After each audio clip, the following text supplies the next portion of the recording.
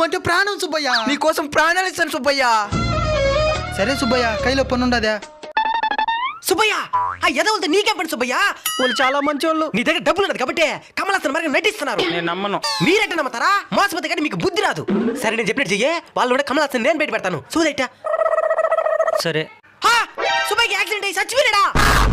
నేను 50,000 ఇవ్వాలి, ఇంక ఇవ్వాల్సిన పనిలే. సుబ్బయ్య చచ్చి పుడుతున్నాడట. వీడు మాత్రం మంచోడురా. నువ్వెందుకు బాధపడుతున్నావా? నువ్వు కూడా 1,00,000 ఇయ్యద్దా? మన మీద ఉండే నమ్మకంతో బాడీ పేపర్ కూడా రాసుకోలేదు. నా బాధ అది కాదురా, రేపే నా కూతురు పెళ్లి. పక్కనిళ్ళ వడిలో పక్కింట్లో సాగు పెట్టుకొని పెళ్లి చేయడం అవుతుందా? సచ్చినది 2 రోజుల తర్వాత చచ్చుంటావా? మంచి మంచి చచ్చిపోయాడు, మాకు ఇంకా బతకాలని లేదు. అయితే సావండి. ఒకసారి వెనక్కి చూడండి. నేను జీవించినారా? నేను చచ్చేది కదరా, మీ ఇద్దరు చంపేస్తున్నాను. ఇలాంటి జిత్తులు మారిన సమాజంలో చాలా మంది ఉంటారు. మనమే జాగ్రత్తగా ఉండాలి.